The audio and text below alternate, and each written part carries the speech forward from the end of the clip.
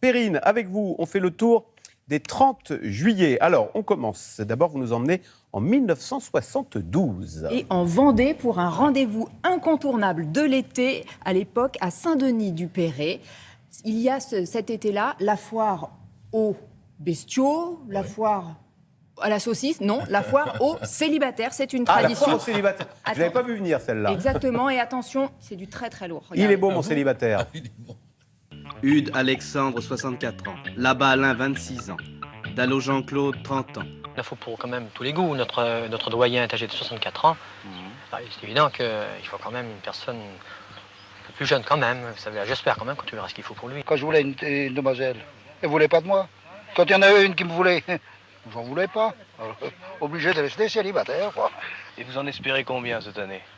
Tout ça dépendra du nombre de l'importance de la clientèle. Il ne s'agit pas de les vendre à la criée comme on vend une vulgaire marchandise autrement, bien sûr. On parle de foire, mais il ne s'agit pas de mettre aux enchères, vous comprenez.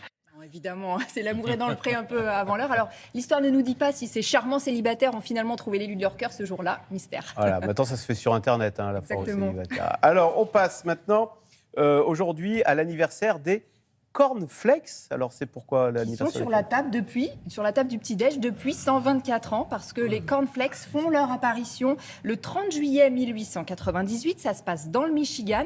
Ils ont été inventés par deux frères, dont l'un est le docteur John Harvey Kellogg. Ce nom vous dit quelque chose. Il y avait un monsieur Kellogg's donc derrière la marque. Exactement, c'est un rigoriste protestant, ce cher docteur. Et il pense que la nourriture carnée et trop riche favorise les pulsions sexuelles chez ses patients, et il se dit donc qu'une alimentation plus saine, faite de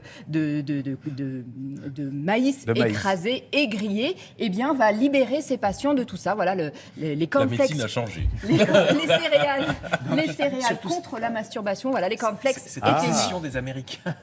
Et voilà, alimentation saine. Et donc en France, on a compris que ce n'était pas vraiment un remède, mais qu'il y avait quand même un marché à conquérir. Regardez ce reportage du 6 mai 1988. On est donc presque un siècle plus tard et le business est en plein boom.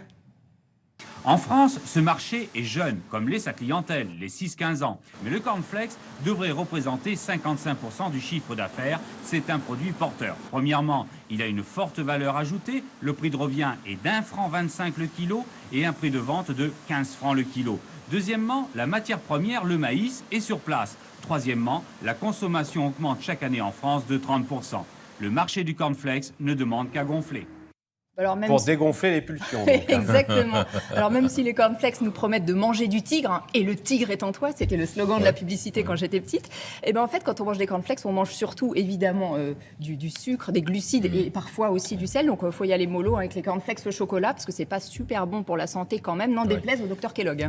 Ce sont des sucres très raffinés, c'est-à-dire très rapides, et donc c'est pas une bonne chose du tout. Donc il n'y a pas que du maïs, non, malheureusement, choses dedans. On bascule au 30 juillet 1958, Perrine. Oui, avec la naissance de l'interprète de cette chanson.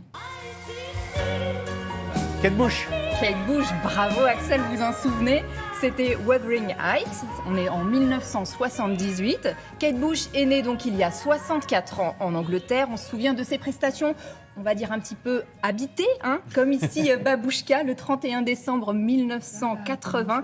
C'est l'un de ses plus grands succès. Admirez le décor et surtout la choré.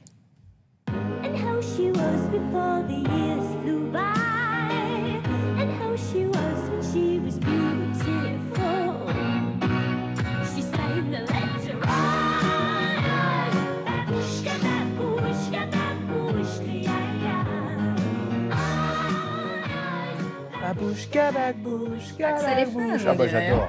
Alors Kate Bush, elle n'est pas du tout ringarde. On a vu des images des années 80. Elle vient d'être remise au goût du jour, vous le savez peut-être, avec cette chanson. On écoute un troisième extrait de Kate Bush. Running Up That Hill. Exactement, cette chanson, elle a été reprise dans la saison 4 de la saison Netflix Stranger Things. Le titre, qui date de 85, s'est classé en tête des charts en Grande-Bretagne cette année, et il aurait tout de même permis à Kate Bush d'empocher la somme de 2,3 millions de dollars en redevance streaming.